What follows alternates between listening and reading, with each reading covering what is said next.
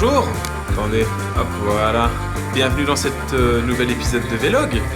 Alors, il y a des choses que j'ai oublié de vous dire en fait la semaine dernière. Le 4 juin dernier, il y a une semaine tout pile, j'ai été faire un tour à Roland-Garros. C'est vraiment super, franchement, bonne expérience. Autrement, dans ce que j'ai oublié de vous dire aussi, c'est que je vous ai parlé des tempêtes la semaine dernière, mais j'ai oublié de vous dire qu'en fait la tempête, elle a défoncé notre baraque. Donc là, on a une coupole en fait en plastique toute neuve, on l'a changée l'an dernier. Et en fait, il y a un putain de grêlon énorme qui est venu taper dedans. Elle a fendu. Il faut se dire que c'est une coupole anti-effraction. Donc quand on tape au marteau et tout dessus, elle résiste normalement. Et là, le grêlon l'a pété. Donc là, j'ai mis une bâche en attendant que l'assurance nous amène quelqu'un pour réparer. Mais du coup, ça a foutu en l'air. Je sais pas si ça va se voir, mais tout notre lambris, etc. Donc, on va devoir le changer. Hein, voilà, c'est comme ça. Et autrement, les travaux avancent toujours dans la maison. Vous savez, j'ai acheté une maison il n'y a pas si longtemps que ça avec ma compagne. Et donc, cette pièce-ci, il pleuvait dedans, etc. Donc, on a refait tout le plafond, on a rechangé les coupoles, celle-là aussi. On a tout replafonné, il reste plus qu'à peindre, mais on devait attendre que ça sèche. Bon, autrement, de prévu aujourd'hui. Regardez, c'est pas stylé, ça, cette petite lampe-là. Non, on va mettre des petites lampes quand ce sera peint et tout ça, que ce sera aménagé. Mais bref, à part tout ça, aujourd'hui, je vais chez le coiffeur parce que là, il y a un petit problème capillaire. Je sais pas si ça se voit, mais ça fait au moins 2 mois que j'ai pas été chez le coiffeur. Donc aujourd'hui, on va voir mon coiffeur. C'est mon coiffeur depuis plus de 15 ans, je dirais. Je crois que j'ai dû aller chez lui, j'avais 12-13 ans, j'en ai 29. Donc ouais, ça fait bien plus de 15 ans. Enfin, chez Luca, chez Alter Ego à Marcinelle, qui va me coiffer. On va pas changer d'habitude normalement, sauf si d'ici là, je me trouve quelque chose à faire. Et alors, autrement, en attendant d'aller chez le coiffeur et, faut pas oublier de le dire, en attendant de peut-être rouler ou pas aujourd'hui, je verrai bien. On va cacher le nom. Je fais des corrections. Voilà, ça c'est le tas de corrections qu'il faut faire. Et j'en ai déjà fait beaucoup d'autres, évidemment. Mais je les ai déjà terminées. Donc on va corriger tout ça, on va encoder. C'est le but de ce qu'il faut faire aujourd'hui. Et voilà, journée encore bien chargée. Bon, on fait un petit avant-après. Juste avant le coiffeur. Bon... Il n'y a pas photo, c'est beaucoup mieux. Hein. Coiffure, barbe, on est reparti pour un petit mois de repousse. Voire plus. Généralement, je vais tous les 2 mois chez le coiffeur parce que j'y pense pas en fait. Il y a un moment, c'est le carnage, je m'en sors plus. Et je téléphone à Luca ici chez Alter Ego et je lui dis « Luca, j'ai besoin d'un rendez-vous. » Et il se débrouille pour trouver un rendez-vous toujours... à la dernière minute pour moi. Je suis vraiment un client très très chiant. Enfin bon bref, voilà. Donc c'est fait. On va passer à la suite de la journée. Genre de 2 semaines pas en veine, hein. C'est cata. Pas des trucs qui me touchent directement, mais des choses quand même pas drôles. Ça a commencé avec des gros orages, une grosse averse de grêle qui a duré des heures. Résultat des comptes, nos 2 voitures sont touchées par la grêle. Grosse impact de grêle. Heureusement, on paye des assurances, l'omium, etc. Mais ça fait quand même chier. Ma voiture qui est neuve, je l'ai achetée neuve et elle a 2 ans. J'en ai toujours pris soin. Il n'y avait pas une griffe. Et là, elle est bien défoncée. Puis ici, ça a été... Ah oui, la coupole de la maison aussi pétée, la cave inondée, enfin vraiment la totale. On n'est pas du tout dans une zone inondable. Mais les égouts en fait ont débordé et du coup ça a débordé dans la cave parce que les égouts passent dans ma cave. Enfin bref, carnage. Puis je me suis dit c'est bon, on a assez ramassé. Figurez-vous que non. On revient un matin, je suis chez moi jeudi matin, la police qui vient frapper à la porte. Ouais bonjour, vos voisins viennent d'être cambriolés, est-ce que vous auriez entendu quelque chose, machin, bidule. Moi j'ai rien entendu du tout. Bon bref, les pauvres ils ont été cambriolés, pas drôle. En plus, quelqu'un était dans la maison, ils ont commencé à se battre avec les cambrioleurs, si j'ai bien compris, enfin bref. Donc, un petit coup de stress. Deuxième coup de stress, c'est que notre chat a disparu. On se dit, mais où est-ce qu'il est passé? C'est pas son genre de pas rentrer. Mais en fait, figurez-vous qu'il était coincé dans la maison où il y a eu le cambriolage. En fait, ils ont sûrement laissé la porte ouverte avant le cambriolage, enfin pendant le cambriolage ou après, je sais pas. Il s'est faufilé. Et heureusement, j'ai entendu miauler passer sa tête par une fenêtre. Et donc, recoup de stress, essayer de joindre les voisins à qui on n'avait pas le numéro. Enfin bref, carnage. Je me suis dit, mais c'est pas possible cette semaine. Hier, on était dimanche. Je me dis, bon allez, on va enfin pouvoir souffler. Tu parles. À un moment, j'entends des tirs, des coups de feu ou des explosions, des pétards. Je me dis, bon, c'est la Coupe du Monde, il y a peut-être eu un match. Ils s'amusent avec des pétards. Je regarde sur mon application, je vois qu'il n'y a pas de match de foot à cette heure-là. Je dis, qu'est-ce que c'est que ce bordel? Ça m'a l'air un peu bizarre. Résultat des courses, je sors, après 15 minutes, je vois une fumée noire, mais noire, qui vient de chez les voisins d'en face. Je dis, putain, il y a le feu. Donc ils avaient déjà, je sors devant, je dis, vous êtes besoin d'aide et tout, ils avaient déjà appelé les pompiers et tout. Les gars, je peux vous assurer que quand ça arrive, attendre les pompiers, c'est long, hein. Je vous le dis, c'est long. Mais là, ils ont mis environ une demi-heure à venir. Ils ont mis 30 minutes entre l'appel et le moment d'arrivée. Pendant ce temps-là, il y avait les maisons qui cramaient, les garages. En fait, c'est un garage qui a pris feu et il y avait des bonbonnes de gaz dedans. Donc les booms que j'entendais, en fait, c'était les bonbonnes de gaz vides qui explosaient. Mais à un moment, bon, les flics, ils nous disent « ça va péter, mettez-vous, éloignez-vous, restez chez vous, éloignez-vous des fenêtres et tout ». Putain, on se met dans la baraque. Il y a une bonbonne de gaz pleine qui a explosé, les gars. Eh ben, le gaz, quand ça explose, bordel, ça explose, hein. Ça a pété. Je me suis demandé ce qui se passait, tout a tremblé. Nous, heureusement, on n'a pas trop de dégâts, juste des trucs qui sont tombés, des bouts de plafond. Mais il y a eu des projectiles qui se sont envolés du bâtiment qui a explosé à plusieurs dizaines de mètres de haut. Et évidemment, c'est tombé sur quel pare-brise? Et voilà, vous l'avez deviné. J'ai un karma négatif pour le moment, je sais pas ce qui se passe. C'est catastrophique. Il y a des trucs comme ça où... Et honnêtement, je le prends avec le sourire parce que malgré tout ça, pour tout ce qui s'est passé, on reste chanceux, quoi. Notre maison n'a pas brûlé. Bon, la voiture, que ce soit la grêle ou ça, il y a des assurances. Heureusement, l'incendie, il n'y a pas de blessés. Mais c'était catastrophique. On était... Déjà, quand il y a des incendies, on se rend compte du malheur que c'est. Mais alors, quand c'est chez tes voisins, tu te dis, c'est en train de tout perdre, quoi. Et t'attends les pompiers, ça vient pas, et il y a 5 minutes qui passent, 10, 15, 20... Au bout de 25 minutes, tu as la police qui arrive. Puis au bout de 30, 32 minutes, tu as les pompiers qui arrivent. Ah, c'était terrible. Il y avait le gamin d'une des voisines d'en face, chez qui ça ne brûlait pas encore. Ça va être tous les jardins communiquaient de ce côté-là après. Un gamin, je sais pas quel âge il a. Il doit avoir entre 13 et 15-16 ans, je sais pas du tout. Plutôt 15-16, je dirais. Le gamin, il a pris un tuyau d'arrosage. Il a essayé d'éteindre le feu comme il pouvait avec son petit tuyau. Enfin bref. Donc bon, aujourd'hui, on va à vélo au boulot pour profiter un petit peu, penser à autre chose. Parce que là, c'est pas possible, hein. J'espère que la chance va enfin tourner. Parce que c'est des choses vraiment pas amusantes à vivre. Niveau météo autrement, pour reparler vraiment de sport, de vélo, il est censé faire 20 degrés là ce matin et super beau, etc. Il fait 10 degrés. Il fait gris. Heureusement, ça devrait changer cet après-midi. On devrait être dans quelque chose de beaucoup mieux. Et alors aujourd'hui, c'est l'entrée en lice de la Belgique à la Coupe du Monde. Ce sera pour vous demain, les Français. Bon, la France, demain, votre match, ça va être une formalité. Nous, on affronte l'Égypte, c'est quand même costaud. En Belgique, on n'a pas une équipe... on n'a jamais eu des équipes de foot, à part évidemment 2014-2018. Avec cette fameuse génération dorée. Mais autrement, on n'est pas vraiment un pays culture foot. Donc c'est déjà exceptionnel qu'on soit à la Coupe du Monde et on espère que ça va bien se passer pour nous. Aujourd'hui, cette semaine, j'aimerais bien faire une grosse semaine de vélo. Déjà faire du vélo taf. Mercredi, malheureusement, j'aurai pas l'occasion de faire du vélo taf parce que je bosse sur 2 établissements et j'ai pas le temps de voyager d'un établissement à l'autre à vélo. En fait, en gros, je donne mes cours normalement en cours du jour avec les enfants, les ados. Et puis j'ai le conseil de classe en début d'après-midi dans l'école où je donne cours pour les adultes. Donc forcément, c'est pas possible à faire à vélo. Déjà en voiture, ça va être tout juste. Donc beaucoup de vélo taf. Et ensuite, je pars en bikepacking avec mon père samedi. Et là, on va pas rouler beaucoup de kilomètres. Mais on va rouler longtemps. Et pour ceux qui me suivent sur Instagram, je l'ai déjà annoncé sur le groupe Le Cycliste Belge Info. Je vais dans la province du Luxembourg faire 2 jours de bikepacking. Et ça va être trop bien.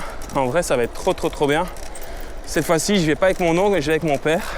Et c'est ça aussi un peu le vélo. Enfin, moi j'aime bien faire de la compétition, hein, même si pour le moment, vous l'aurez compris, il n'y en a pas de prévu. Parce que tout simplement, j'ai pas la forme assez pour m'entraîner, enfin pour être performant. Et on en a déjà parlé, on va pas refaire l'explication entière. Mais par contre, le vélo, venir faire son vélo taf, voyager à vélo, etc., c'est quand même le kiff. Et c'est pour ça le vélo, en fait, ça peut se décliner en des dizaines et des dizaines de formes différentes. Et c'est ça que j'adore, c'est vraiment incroyable. Bon, vous avez vu ici, je suis sur un nouveau chemin. Nouveau chemin vélo taf. Merci. Hop là, il m'a laissé passer. Mon nouveau chemin vélo taf, beaucoup plus sécure. Parce que du coup, la chaussée que je prenais avant, il y a cette route qui est une route parallèle et qui n'est pas fréquentée par les automobilistes. Donc c'est vraiment très agréable. C'est un tout petit peu plus long, mais c'est plus sécurisant que de prendre la chaussée là-bas où il y a des véhicules qui font pas spécialement attention. Donc voilà, pendant les dernières vacances, j'étais venu par ici pour découvrir et en fait finalement c'est vraiment pas mal. Aujourd'hui, quelque chose qui arrive pas souvent heureusement, mais je pars vent de face et je reviendrai tout à l'heure vent de face. Ça c'est pas de chance, le vent va tourner pendant la journée. Heureusement il n'est pas très présent. C'est quelque chose que j'ai vu comme 9-10 km/h. Donc ça va encore. Ça me change du vélo taf de la semaine passée où au retour, j'ai eu du vent continu entre 20 et 30 km/h. Quand tu as fini ta grosse journée et que tu dois revenir comme ça, je peux vous assurer que ça manque de fun.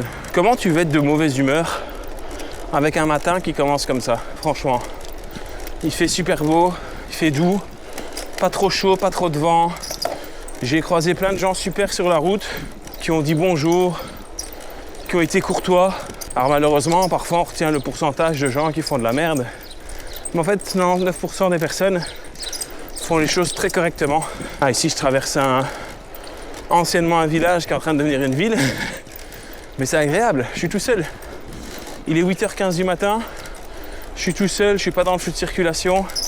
Alors je dis pas que je ne le serai pas toute la sortie, parce que je vais devoir traverser Genappe ici dans quelques instants. Et là, il faudra redoubler de vigilance, mais juste des moments paisibles comme ça, où on est aux abords des villages, des villes, juste les moments dans lesquels on est dans les champs, enfin, c'est quand même incroyablement cool. Je vais arriver au boulot, j'aurai déjà fait 1h20 de sport, j'aurai libéré tout un tas d'hormones importants au bon fonctionnement de mon corps. Franchement, il n'y a rien à faire, c'est quand même plus que bien. Hop, allez, à tout à l'heure. C'est reparti pour le vélo taf retour. Et comme prévu, vent de face à l'aller, vent de face au retour. Donc aujourd'hui, on aura 2h40, 2h50, 3 heures de vélo. Parce qu'on va y aller à notre aise. Aujourd'hui, c'est l'entrée en lice de l'équipe nationale belge à la Coupe du Monde. Donc c'est bien, on va rentrer dans les temps. Il sera 17h20 plus ou moins quand je vais arriver. Le temps de prendre sa douche, de préparer le souper et ensuite regarder tranquillement le match. La météo est une vaste arnaque. Hein. Ils avaient prévu 22-23 degrés plein soleil.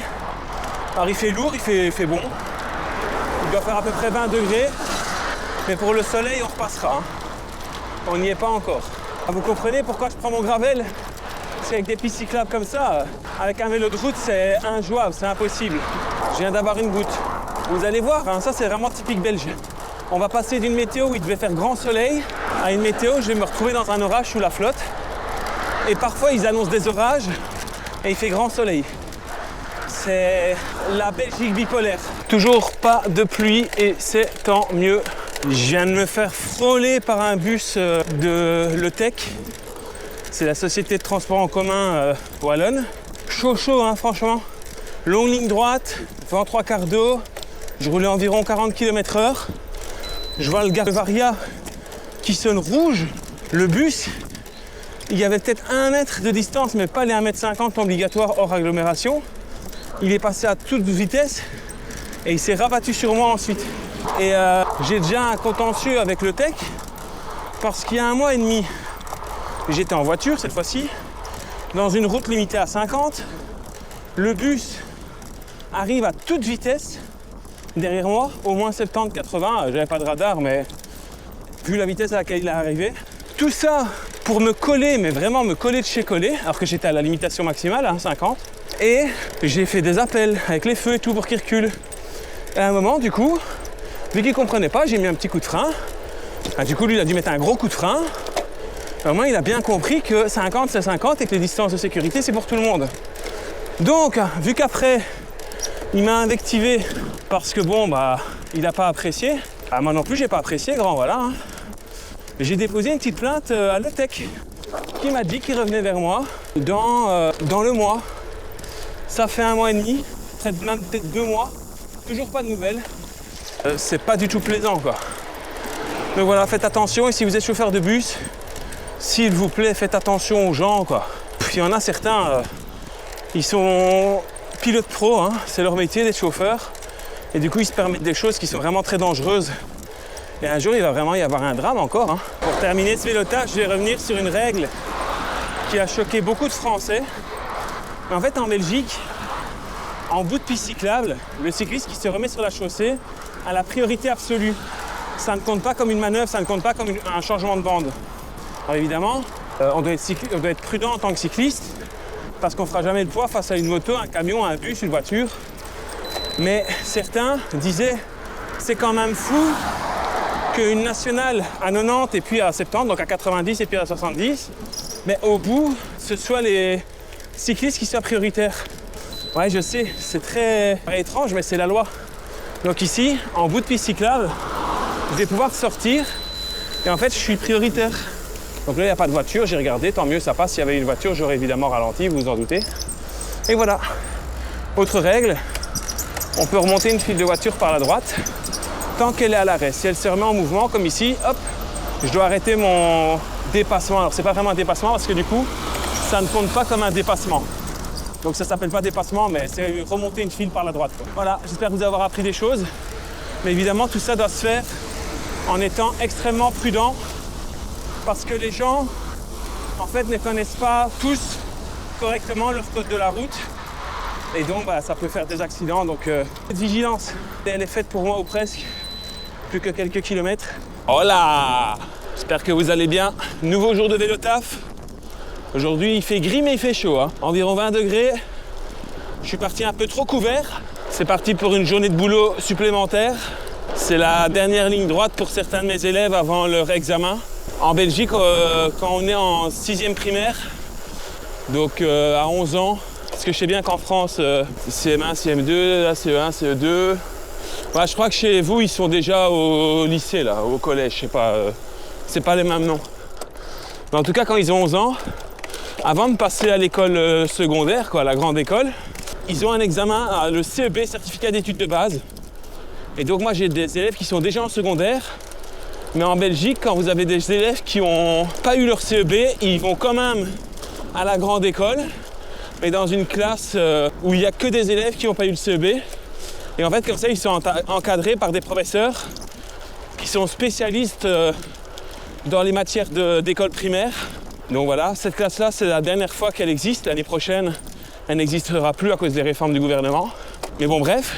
Et en 2e secondaire, donc à 14 ans, il y a à nouveau un examen externe qui s'appelle le CE1D, le certificat d'études du 1er degré. Lui aussi, il vit ces dernières années, parce qu'après, il va disparaître. Et donc, je prépare les élèves pour ces différents examens, qui sont des examens externes. Alors, le CEB, il faut 60% de réussite, le CE1D aussi, il me semble. Non, le CEB, il faut 60% de réussite. Je cale un peu, là. J'étais bien parti, là, j'avais 32 de moyenne. Mais là, je prends un vent plutôt de côté à la passe de dos.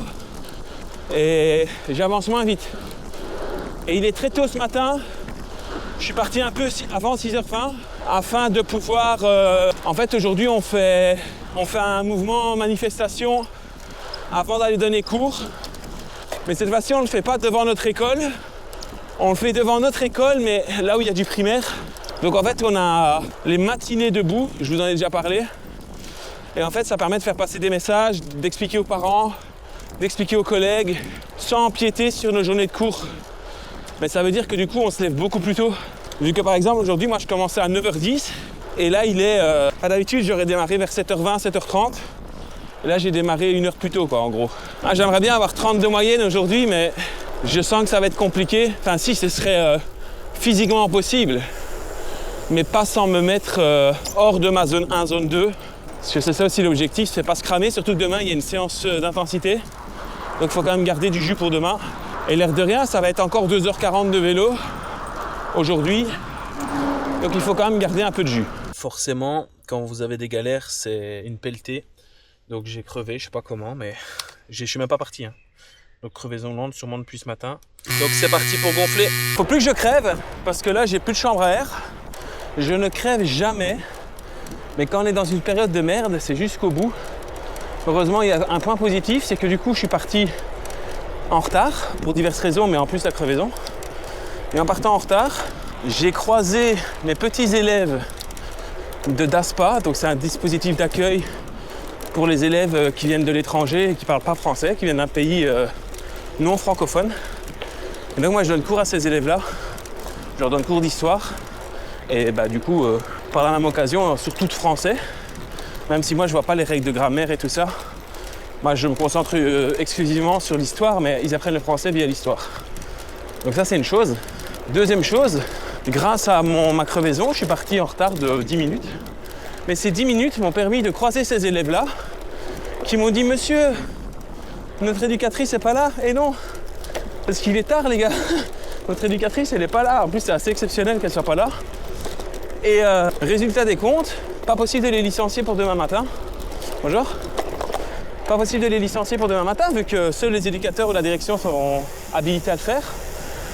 Du coup, j'ai téléphoné à la direction, j'ai dit « Écoutez, si ça vous va, on ne les licencie pas demain matin. Moi, je viens plus tôt demain, parce que normalement, je commence à 9h, je commencerai à 8h. J'aurais dit, si vous voulez, je viens plus tôt. Et comme ça, je ne les prends pas vendredi matin, ils viendront plus tard vendredi, comme ça, vous pouvez les licencier. C'est accepté, c'est emballé, c'est pesé. Voilou. Une mauvaise nouvelle qui se transforme en quelque chose de positif.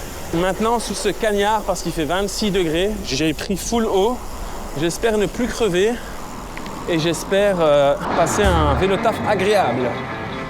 Et moi, je vais vous dire au revoir pour ce vélotaf, pour ce vlog-ci. On se retrouve pour la suite de ce vélotaf dans le prochain épisode de vlog, parce qu'il faut bien couper l'épisode à un moment. Donc merci beaucoup de votre soutien, on est de plus en plus nombreux. N'oubliez pas de vous abonner, activer la cloche, me suivre sur les réseaux sociaux. Ici, vous êtes sur YouTube, évidemment, il y a Instagram, TikTok. Donc voilà, venez rejoindre l'ambiance cycliste belge partout. On se dit à très bientôt pour un nouvel épisode. Ciao, ciao!